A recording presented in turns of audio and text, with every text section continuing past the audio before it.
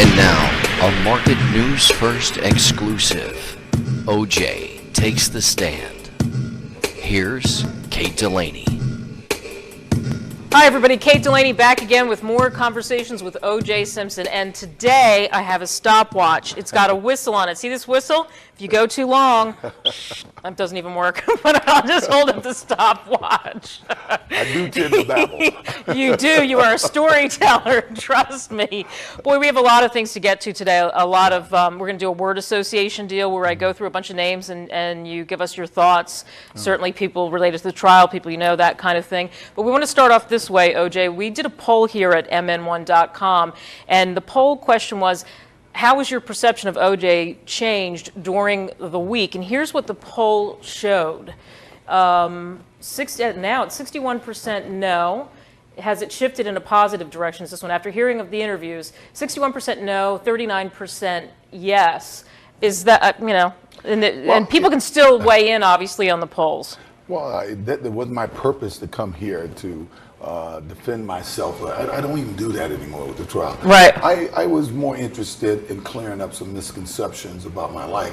People are continually writing about me and claiming that I'm doing various things. So it's funny how it's okay to talk about me, but it's not okay for me to defend myself, against what they're saying about me. Right. And I think I've shown in the last couple of days, and I can show easily, that most of what you might read about what's going on in my life and what I'm doing is just not true.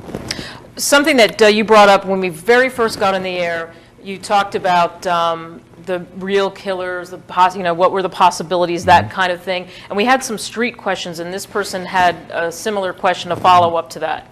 Hey OJ, just wondering, it's been 12 years, you stated that you were going to spend your life hunting for the real killers. I was wondering if there's been any new developments in that. Well, I talked about this yesterday, that when it was first over, that was my sentiment. Everybody said they saw me say that. I never said that. I mean, my lawyers wrote it. My son, I think, read it in a post-press, because I didn't do any of that. But that is exactly the way I felt. And I had a couple of volunteer detectives who worked for about 2 or 3 years on it, and we did things. I didn't have the money. We got stopped at every step of the road. I told you yesterday, just trying to get something as simple as phone records from the Browns. These guys had to go to court 3 times. All we wanted was the official phone records, because if you recall, Mr. Brown said that they spoke to Nicole at a time that would have been after I went to the airport. So these guys, Doc Johnson and his group, they drove the time. They saw the check from what they paid the bill, and they said they couldn't have gotten home before I would have left to the airport, right? So they wanted the official phone records that we found out were never presented in court. And I think they had to go to 3 or 4 trials to get it, and the judge always ruled against it. Now, if they were wrong, just show them the phone record. But that's the kind of opposition we got. I've always felt that you had to sit Faye Rusnick down. And I know I'm repeating myself a little bit from yesterday. Right. Because she did her interview, and they went out to check all of these stories she told, and they found out she was lying every step of the way. And they never went back to find out why she was lying. Now, I don't know if we're going to use her name in the word association. That's what I was going to ask you about Faye Resnick. When we were talking about the phone records in Faye Resnick, are we talking about when she was in, remember she was in a facility and she had No, but the phone records are separate from Faye. But Faye was the one that told the most lies almost immediately, and she went out trying to recruit girls to lie with her. Of course, Nicole's best friends wouldn't go along with it. Right, and at that time, the prosecution would say to people like Cora Fisherman and Susie Kill them that her true best friends, the people that Nicole spent most of her time with, that they must not be her friend if they didn't go along with what the prosecution was saying. But Faye had something like this happen in her past. When she was in San Francisco, and when the police wanted to talk to her, she left the country. She did almost exactly what she did here. She disappeared. We had people who said that she told them that next day, if OJ didn't do it, we're all in trouble. She got kicked out of her house with her fiance. She was having a bad drug thing. She was talking about she needed money. She moves in with Nicole, and 2 days later, Nicole's dead. So I've always felt that somewhere in her world were the answers to Nicole's death. In bringing up Nicole, you talked about how you were close and before she died, and talking to her about dates and various men and that kind of thing. I mean, this is a tough question, but do you remember, Yeah. last conversation with you had with her did you Well, have a it good was- conversation with her? Well, we were at my child's recital. She asked me, could I get there early, or could one of my other kids get there early to save seats? You know how tough it is at these recitals Right. to get seats for the whole family. And she actually got there before I did and saved me a seat with her. You know, so she held my seat. So it was me, my son, her, and my daughter whenever she was coming back and forth from the stage. So we were together Right. there, and we sat together at the recital. Was there? I don't know why, but I don't think there wasn't a lot written about that, right? There wasn't a lot of Oh, misconceptions. yes, it was, big time. In the beginning there was, but then it- Denise Brown took the stage, and this girl, Steve Garvey's wife, who I barely know this woman. Right. She said I was acting strange. And, Cindy Garvey. And she, and then she made a big comment about, as if it was unusual, that I called her Nick when she was telling me she was pregnant, Right. as if she'd never heard me say that. Well, everybody that knew Nicole well called her Nick, right? That was her name. But if you recall, they were talking about how unusual I was acting and how defensive I was acting. And I don't mean to be getting and defending all this, but you know how God works in so many strange ways. Some guy had missed his airplane going to Portland. And so he decided to spend his time, the hours he had left, filming where he went to grammar school and stuff so he could show his kids. Coincidentally, he was outside of the reception filming when he saw me. So you see me laughing with Judy Brown, laughing with Denise Brown, Denise giving me a hug, picking up the kids, you know, doing what I always do, right? After all the testimony about how weird I was acting and how I was quiet and I was strange acting, here's this footage that showed that they were all lying. Right. I remember that. I remember how so that came out. That was to me was a small miracle. Yeah. You talked about solitary confinement. We got some questions about that. Same place that Paris Hilton was in and had trouble with, obviously, Metro in Well, LA. you get the media. I recall I was in solitary confinement for 17 months, right? I never talked to another prisoner, ever, right? I told you about the Rick James situation yesterday. Well, I don't think we have to go back into that. But I know, but people would be saying that, they'd be let out the next day, the media run up to them, sometime pay them, and the guys would just make up a story. You know, make up some story that, I saw OJ and he did this, and I told him to hang in there and stuff. I never spoke to another prisoner. You know, I was in complete solitary confinement at the time I was there. So when I saw that they were staying at Paris Hilton, people were coming by her cell and stuff, I said, this is total BS. You know, and I think she confirmed that since she's been out. After, of course, being in the solitary confinement, and there's a lot written about that, about the whole bail thing, why do you think you were denied the bail ultimately, in your words? I think they have I think in crimes, if it's crimes such as this and two people are involved, they call it special circumstances, and I don't think that qualifies for bail. Right. Hey, let's do some, we don't want to run out of time here. We've got viewer questions. We're going to take calls and all that stuff as we move along the line, OJ. But you and I thought we would do this. We talked about this earlier in the week. We'd do some word association. I'd go through names and you can talk about them. And this is why I have this, just in case we won't get through this list. So let's start with Mark Furman. Mark Furman, who now, by the way, draws a paycheck, of course, from Greta Van Sustren's show, News Corps, of course, and that related to what happened, his fame from the trial and stuff. Let's talk about him. Well, it's amazing to me that this guy, that America will allow this guy to still come on TV. Now, I don't have anything good. God bless him that he can get it. But here's a guy that was a confirmed racist. We didn't know he was a racist. When he first came into one of our hearings, we started getting calls from women who had dated him, friends who had knew him, saying what a racist he was.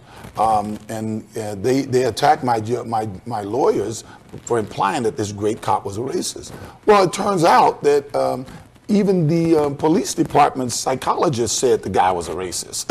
You know? And then when we found the tapes with all of these horrible things that he was saying about blacks and Hispanics, and he wished he loved this one station because it smelled like dead niggers, and he even says in there that if he saw a black man with a white woman, he would arrest him. And when the girl asked him, well, what if he didn't do anything? He said, I would make up something. You know, now they tried to say that was from a manuscript. The girl said he was serious.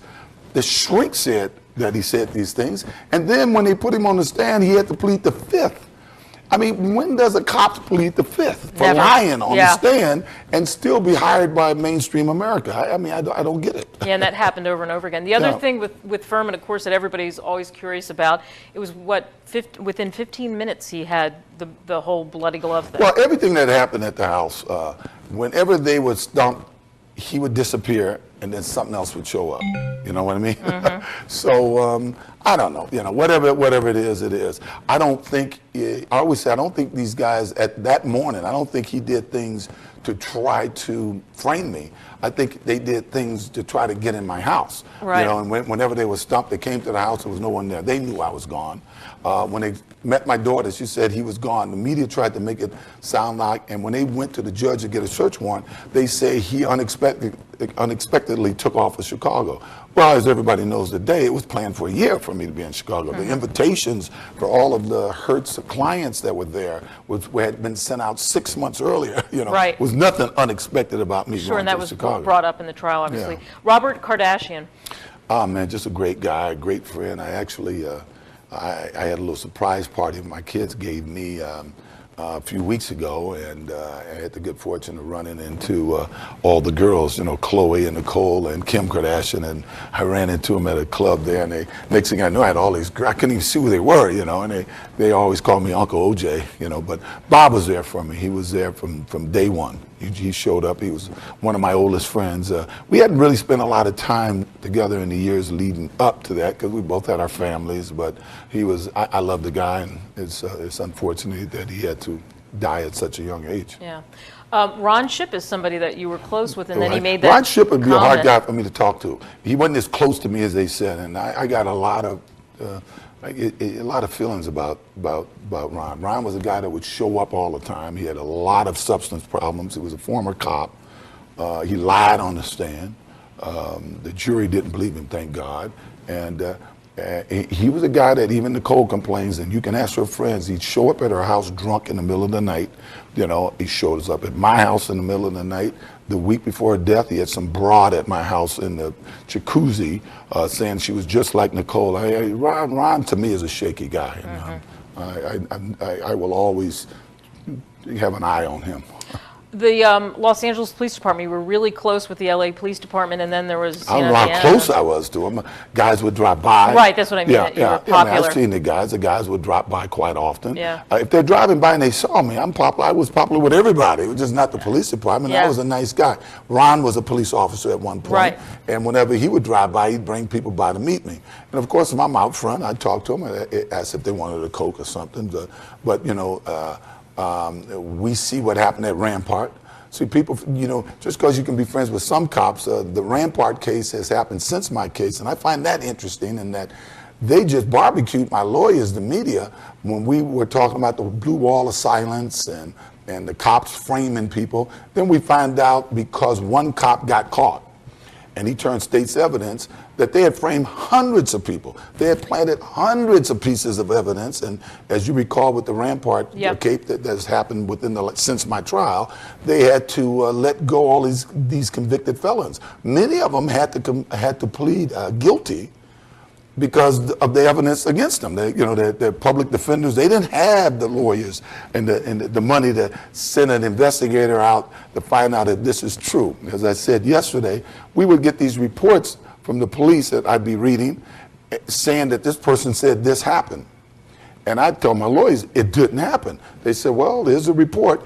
Then our investigator would go to that place that the police got the report and find out that guy didn't tell the police officer that. That's not what he said, you know.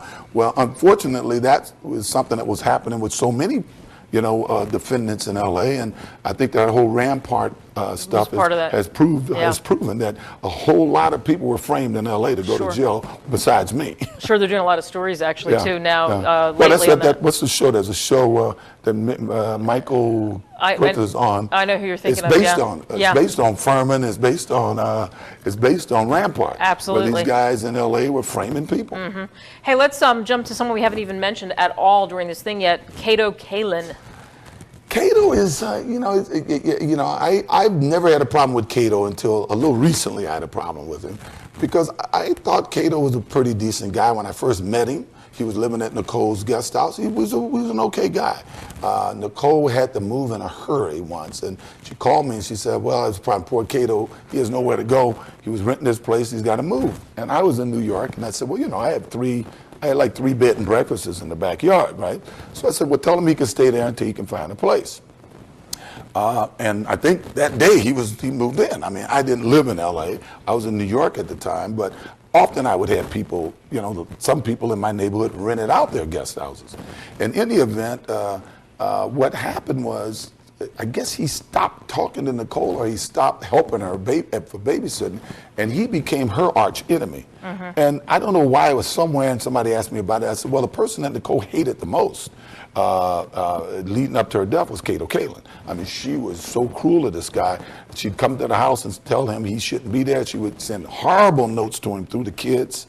When we had that picnic a few weeks that I gave for the school, my kids came in with a horrible note telling him, and he would say to me, why does Nicole hate me so? I kind of mentioned this on a show once, and then I saw him on a show right after that when they asked him about it, and he denied it. And I'm saying, wait a minute, you can ask Nicole's mother, you can ask Denise Brown, you can even ask Faye Resnick. I mean, nobody would tell you that Nicole didn't hate Cato Kalin. Right, but they didn't and bring she that up. was the guy that she wanted out of my house and out of our lives more than anybody at the time of her death. Unjustly so. So I thought Nicole was wrong in her feelings, and I told him that. But outside of that, I always thought Cato was a pretty good guy. The Bruno Magli shoes, let's clear that up, because I've gotten a lot of questions about that. Available during the civil, but not the criminal. Because there was total BS. They sent the film over to Portugal where they invented that whole cloning. You know darn well, right now these guys can put Bruno Magli shoes on you. We had the one guy, the #1 expert on that type of clone pictures, testify and showed where they were phony shoes. You know what? I'm gonna tell you something. Here's a statistic they didn't tell you. I probably had 30-something pair, I think it was 32, 33 pairs of dress shoes. They went back through all of my bills and they found a receipt for every pair of shoe that I had in my house. The only shoes that I didn't have receipts for were tennis shoes, because they would give me tennis shoes, Right. But every pair of shoes that I had, because I wrote off my clothes, I worked in television, so I was able to write off the clothes that I bought. But every pair of shoes that were in my house, there was this receipt for. So unless somebody thought at some previous date, I said, let me buy some expensive Italian shoes so that I might commit a murder down the line. I mean, just think about that. Just think about that, a receipt for every pair of shoes I had, and except for those shoes. They went through all of my charge records. Right. Yeah. Let's move from that, too, so we can get some more stuff in. Let's move to Howard Weissman, one of your attorneys. Well, Howard has been disappointing. He was kind of a guy that I knew for years. He played second base when we played softball. And when I was driving on the plane coming home, actual lawyer was sitting next to me, and he heard what was going on, because I was in shock. I'm trying to get back to LA as soon as I can. And he said, you better have a lawyer there. So I told my family lawyer, this guy said I should have a lawyer. He said, I'll call Howard. So when I get there, Howard is there. Now, they want to talk to me, obviously. And I think everybody knows by now, you watch Law and Order or anything, you should never talk to the cops. Right. And never do an interview without a lawyer. But since I didn't do anything, I said, no, I'll talk to him. And they didn't want him there. I said, I don't care if he's there or not. Because if this will help you get me out of the way, it's great. I'll do an interview with the police. And I did a 33-minute interview with the police that most people would say he should have never done that. But in the trial, it was the prosecution that didn't want that interview presented as, as evidence, Sure. right? So obviously I didn't do anything to hurt myself, right? In any event, a lot of people were upset that night and the next day when they found out that Weissman let me speak to the police. And the next morning I got a call, my office got a call, it was either Roger King or Michael King, since I didn't see him and I can't remember exactly which guy it was. And he was pushing, they were, from King World, they were pushing Shapiro. You should have Shapiro, you should have never. So I had a meeting at Skip Taft's office. It was Skip Taft, a lawyer, Bob Kardashian, a lawyer, Kathy Randall was there. We had Shapiro on the phone, and then, of course, the King World guy on the phone. And we all came to the conclusion, okay, we got to change lawyers, but how are we going to tell Mike? So I said, well, maybe I should be the one to tell Howie, rather. How are we going to tell Howie? And Kardashian said, well, I'm his oldest friend, I got to tell him. And he was livid. And his wife, Margaret, who Bob had dated once years earlier, she called, she was pissed off, and she was livid, right? But anyway, it happened, we went forward. Here recently I saw Paris Hilton. Yeah. Oh, yeah. He was also the guy that had Paris saying all the wrong things that first day. He said all the wrong things. Paris said all the wrong things. And, of course, they fired him immediately and got another lawyer. And then they started saying the right things. But in any event, the only thing that disappointed me about Howard is I saw him on O'Reilly or something one night. And O'Reilly was saying, now, here's a guy with some integrity, because he knew O.J. was guilty and he quit the trial. And Howard didn't say yes or no. He just kind of make it look like that was the truth. Mm-hmm. And I mean, I was pissed.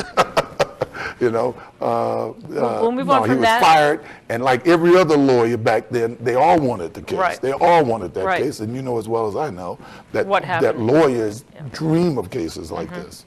That's the dream team and that and Yeah. whatnot. Fred Goldman, you've talked about him a bunch, but you wanted to bring him up again. Well, you know, I've always said that if I thought somebody killed my kids, I don't know if I wouldn't be acting any different than Fred. I mean, for a while, you know, the Browns have decided to move forward and live their lives. My family has moved forward to live their lives. I haven't. I didn't commit these crimes. My kids have. I always felt that Fred's problem was he had a lot of guilt because he did not have a very good relationship with his son. Even when he had to testify in the civil case, he said that when his son needed help, came to him for help so he wouldn't have to go to jail for whatever reason, he decided to practice tough love. So he let his son go to jail. And then he had the gall, though, to say that it worked, because the next time he went to jail, he didn't even know about it until he got out of jail. I'm saying the only thing that worked, the only thing his son learned was not to go to his father for help. So when he was alive, the guy wasn't there for him. Now, you know, I never denigrate the dead. Ron probably had some trouble. Well, I know his youth and I know what he was into, but I would never let my kid go to jail, ever.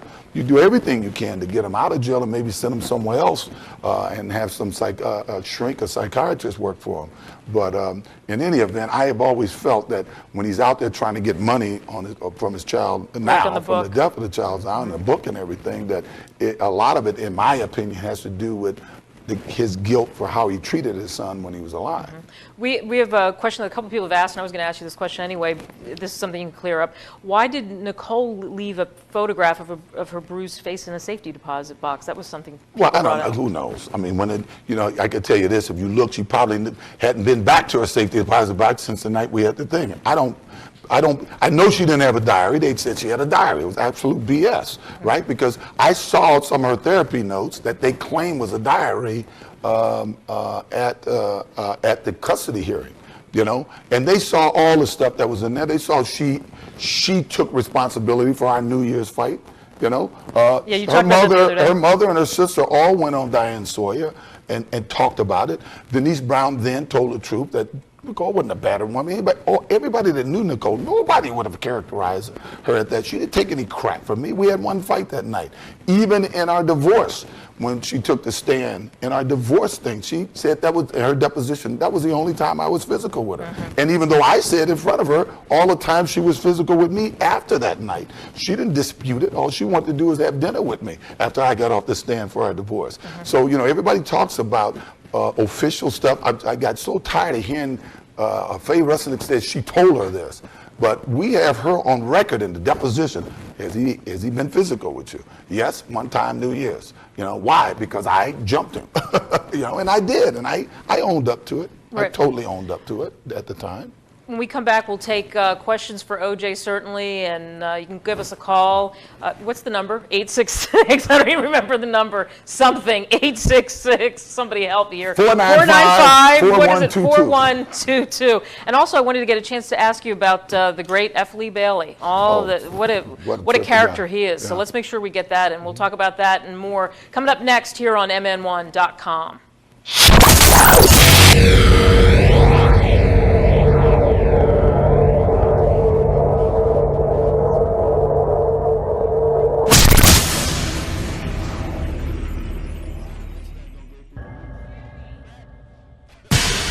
This is is Market News First. News you can trust.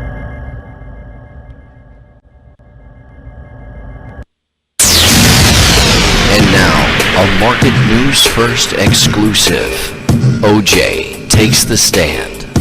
Here's Kate Delaney.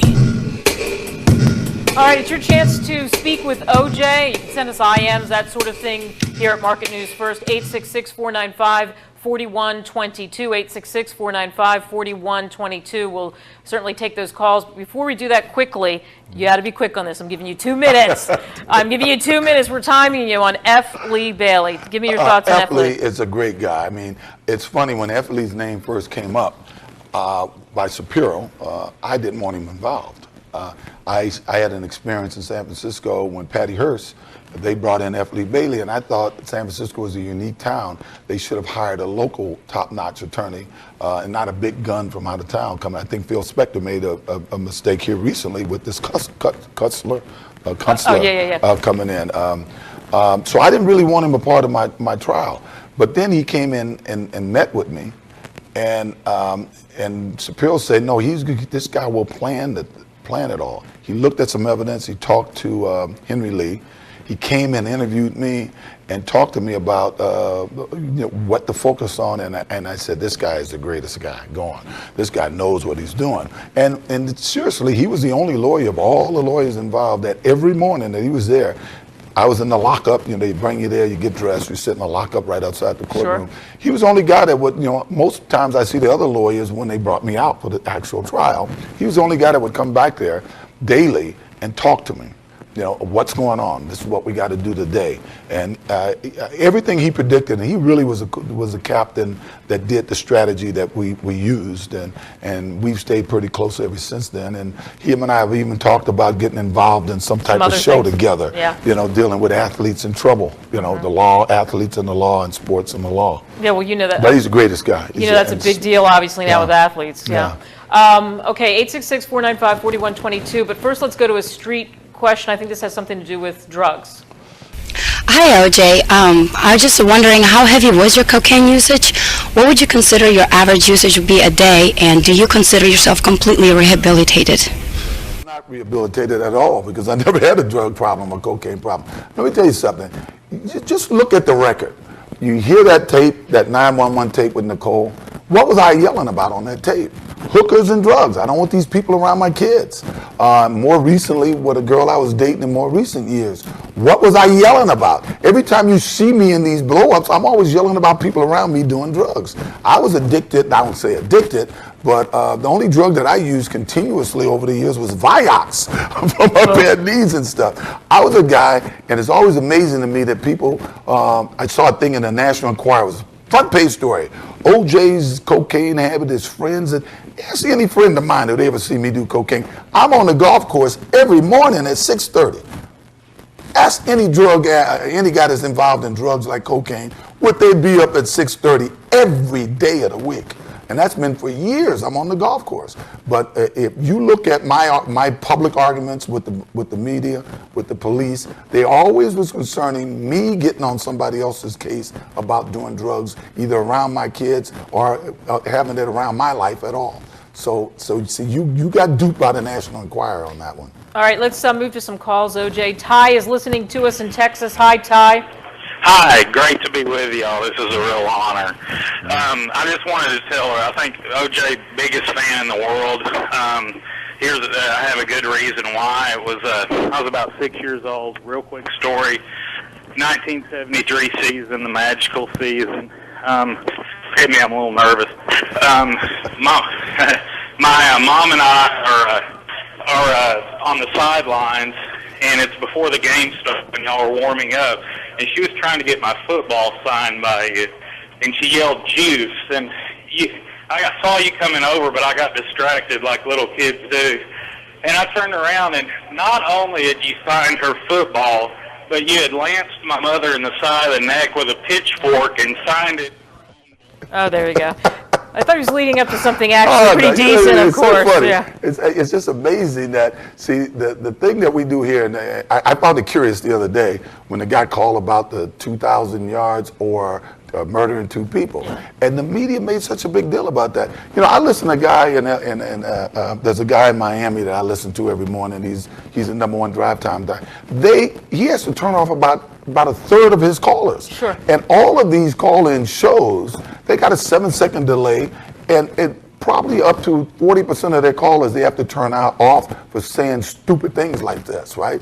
Now, we don't have a 7-second Right, that's delay. part of this So we media have to space. deal with some of these people, and then the media runs as if this is something unusual, you know. But this is But- part of call-in radio. Right, and this is part of internet TV, Yeah, why we yeah. say it's a free form because of the Yeah. lack of regulation.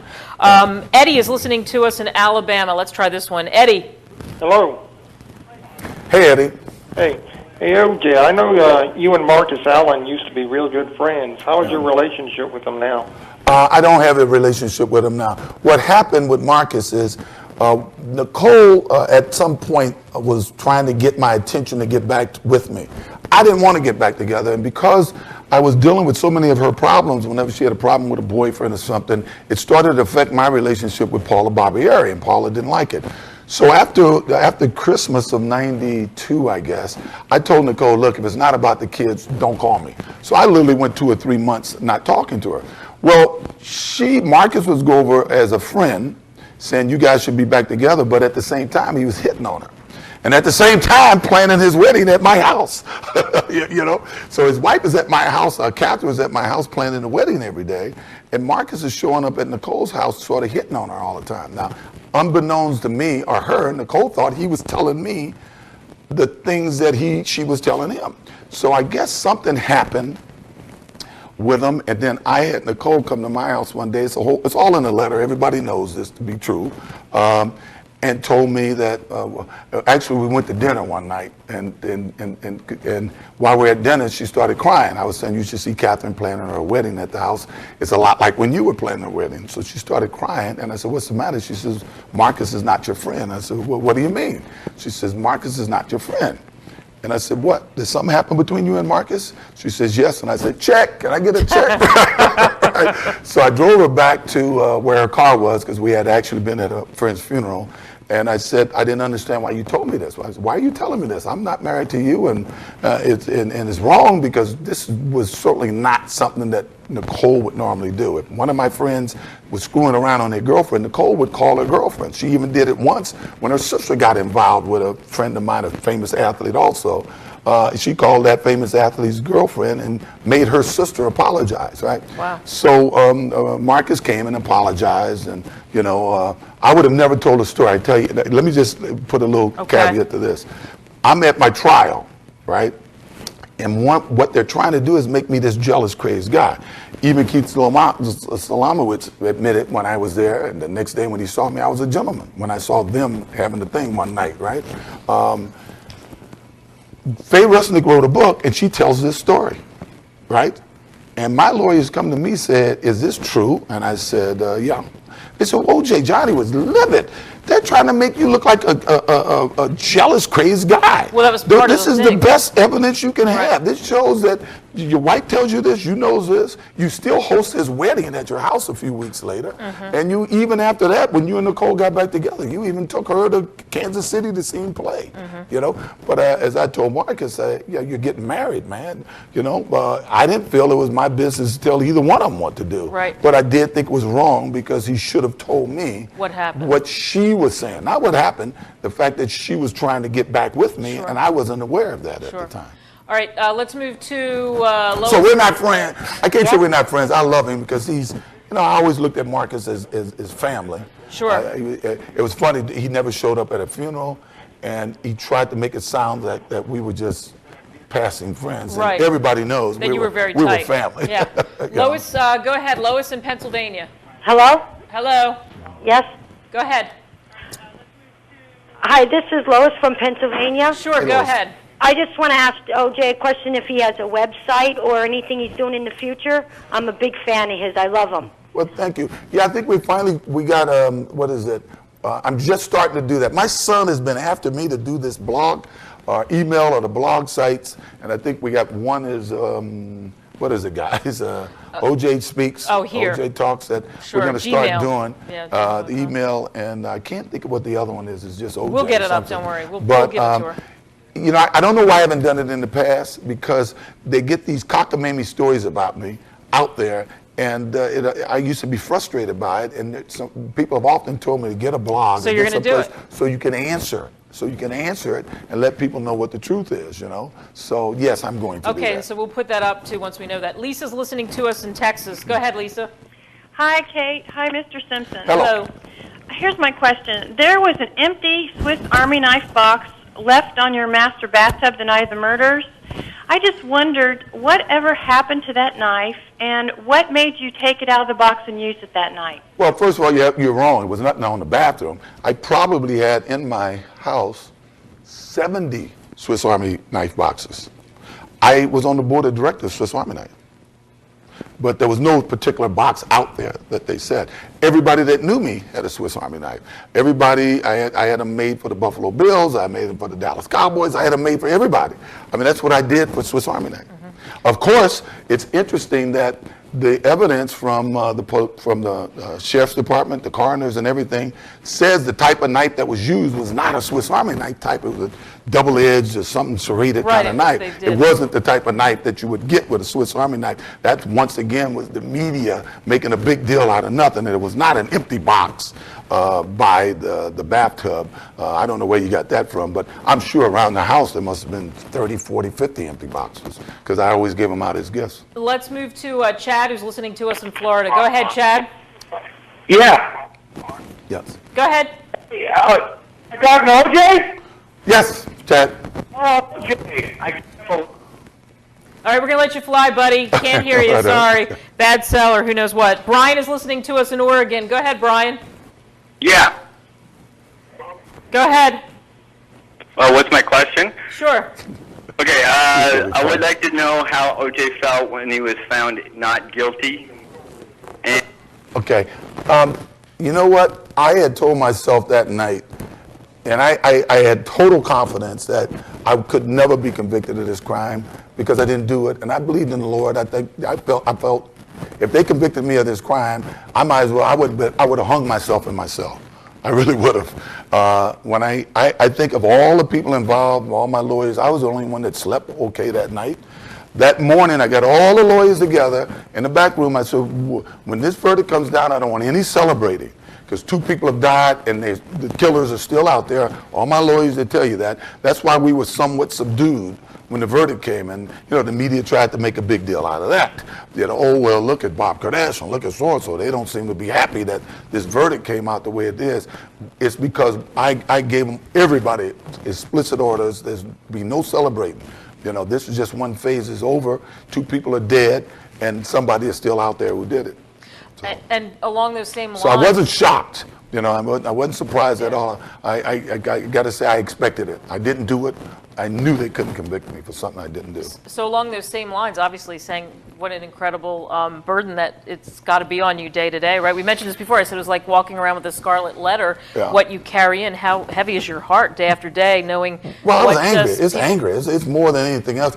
I mean, the toughest thing for me to do at that point was I saw Van Etter over there, and I felt that it was the actions of the LAPD guys that if they would have done what they should have done that day and not just focus on me, they may have solved the crime early. If they would have gone after Faye Resnick when they knew she had lied, Ron Shipp, guarantee you, lied on the stand. They should have gone after these various people instead of focusing on me or trying to skew. I don't think anybody can argue that they tried to skew evidence to convict me. I mean, that whole EDTA thing proved that. When the FBI guy says, then Marshall Clark says, in the food weed. Well, after my trial was over, they went out and they tested the theory on EDTA, the scientific community. Your body does not process EDTA. So the blood that they tested, or the various blood drops that they gave us to test that had EDTA in it, had to come out of that vial that had the missing blood. And why would they? I don't even know I'm getting to this. I didn't really want to talk about this trial. When in history does a cop take blood from downtown of mine, Ron, and Nicole's back to the scene?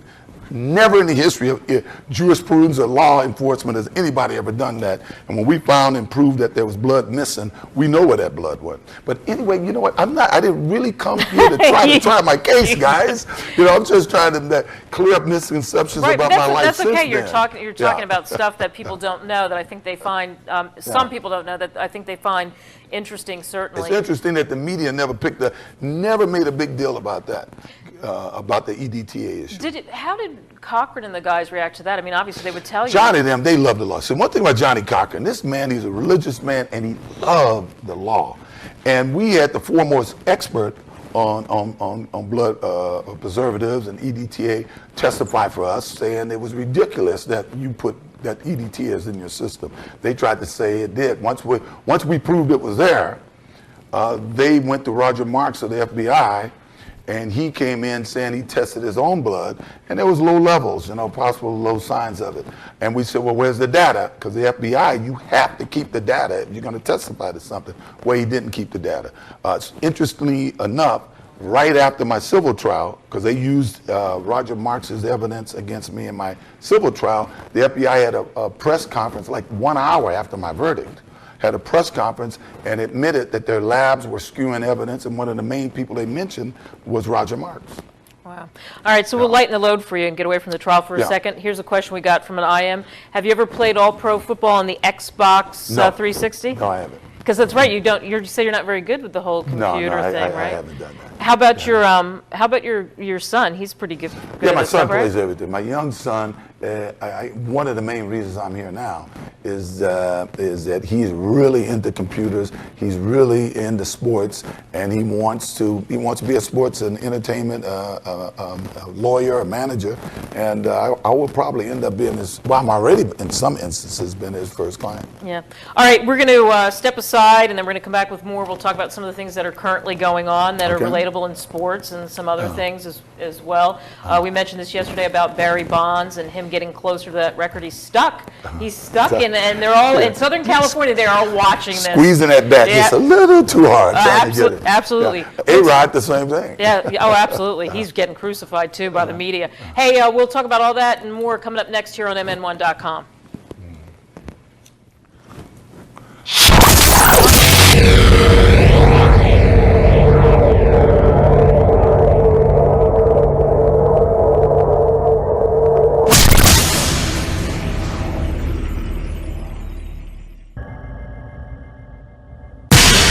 This is Market News First.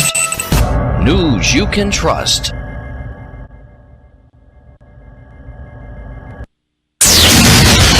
And now, a Market News First exclusive. OJ takes the stand. Here's Kate Delaney.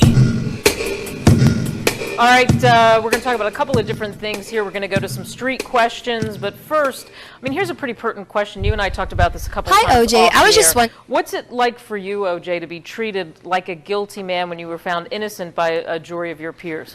Well, I'm only treated roundly as a guilty man by the media. Anyone who's traveled with me in the public is terrific. I finally understood what they talk about, the silent majority. I know there's a lot of people out there that, from what they heard, probably feel that I'm probably more guilty than not, but not to where it matters to them one way or the other, not where it affects their lives. I don't believe in polls. We were selling a tape once when my trial was first over, where we filmed things around my house to show about the evidence. And we found that like 1,300 calls came from 8 of the negative calls came from 8 phones. Sure. So it seems that the angry people they will be the people that will call over and over and over. Positive people tend to make one call and then get on with their lives. Mm-hmm. And, they're not quite as vehement about making their opinions heard. Yeah, that's what I say about political polls. A lot of them are so skewed and such a small majority of people. Yeah. That's why, and unfortunately, though, for politicians, they go by the polls a lot, leading up to things. But that's another story. All right, let's go to a street question here. Hi, OJ. I was just wondering, what happens when the book sales hit the $58 million mark as opposed to $38 million? Will the judgment be lifted? Hey, I wish I could have a book that could do that. No, of course it would be, obviously, but I mean, I don't necessarily see that happening. You got to understand, I had no financial interest in the book anymore. That I was paid, I was gone. My children had a financial interest in the book and the rights of the book. The biggest rights of the book was still owned by HarperCollins, right? And Judith Regan and their people. I'm sure they feel like they got duped, as I said the other day, because all the people supported them, including the Browns, including my kids, supported the book not coming out, supported the Browns. The Goldman stance. And if you recall, it was immoral. It was blood money. They had no consideration of how the families feel. Well, I guess Mr. Goldman has no consideration how the Browns family feels. And I saw a little blip on TV that he says he finally feels like Ron got justice. got justice. And yeah. I tried justice is tied, just like before with this guy, to money. You know, it didn't take anything out of my pocket. Yeah. You know. Here's kind of a follow-up deal to that. Fred Goldman's attorney, David Cook, we got a letter from him saying he wanted to know affidavits, everything else about that. You absolutely are not being paid for cooperating. But no matter what I do, they try to find $1 in it. You know, and of course I'm not being paid here. We're on the air saying it, you guys are saying it, but they seem to be looking at $1 everywhere. But trust me, I'm going to get back doing something in Florida where I do have that right to work, and I am the head of my household. And fortunately for me, they can't garnish my salaries under those conditions, and they'll try though. They'll try, but it's all right. You know, I believe if you go to court and you do what you do, I don't argue. You never heard me complain about them taking me to court for every little thing, right? Right. Hey, as long as it's done in the court and it's done right. I had a fear that judges, though, especially judges who have to get elected, tend to kind of sway against the law. I believe that my daughters, them, and even in the book situation, they dotted their I's and crossed the T's, and essentially what they were told is that they can't do business with me, and that is totally wrong. That has no basis in law that my kids can't do business and do business with me. Yeah. Obviously I've been in business my whole life, and I'm trying to teach them business. But when you got to get elected, you start worrying about your election more than you start worrying about the law. I mean, we had a lady in L.A., the judge that finally ruled that I should have custody of my kids. But her ruling was based on a lawyer who was assigned to the kids by the court, what turned out to be 5 shrinks and psychologists who all, over a year's period of time, interviewing the kids, interviewing the Browns, interviewing me, unanimously came to the conclusion that these kids would be better off, and for their own good needs to be with their father.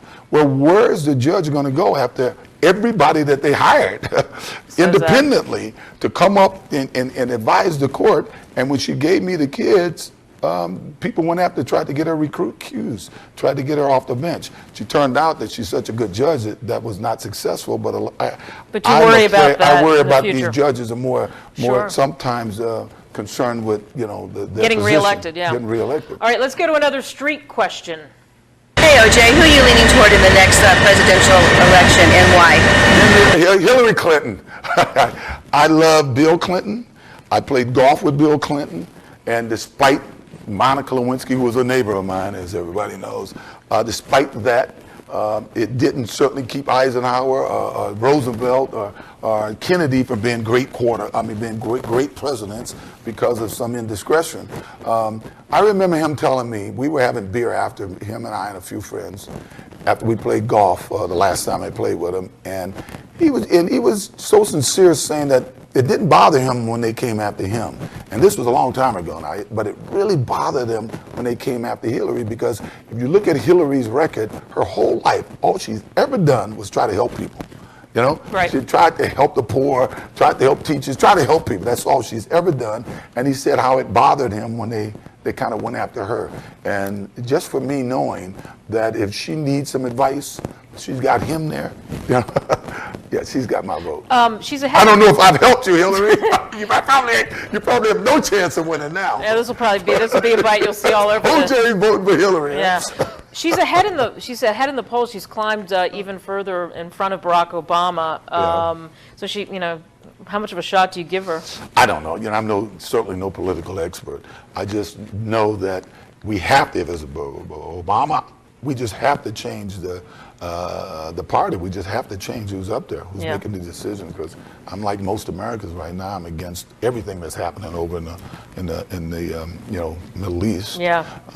How would you like to be an Iraqi now? And then I saw the other day that all the suicide bombers in Iraq that's killing the Iraqis are Saudi Arabians. Yeah, I know. Is that strange? Yeah. These are the Bush's best friends. Right, and that hadn't been reported. Right? That's starting to come out a lot more. These suicide bombers aren't Iraqis; they're Saudi Arabians.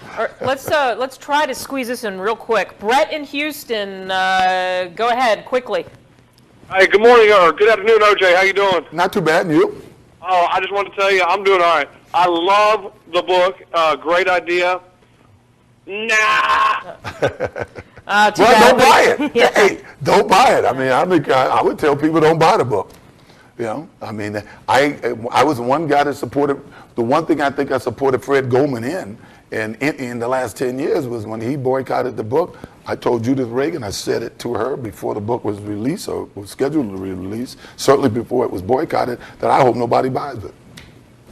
There you go. What a note to end on. So tomorrow, what do we do for the big finale here? There's a lot of things we can talk about, which we'll keep it a secret. Maybe that's the way to do it. Whatever they want to talk about. Nah. What did you say? Nah. Whatever you want to talk about. Nah. Hey, you did pretty good. I had the stopwatch. You did okay today with that. We went through a lot of things. Hey, thanks to the crew. Maybe we could talk about sports. There we go. We'll talk about this coming football season. We'll talk about a lot of different things. How's that? That's coming up tomorrow as we continue our conversations with OJ. Take care, everybody.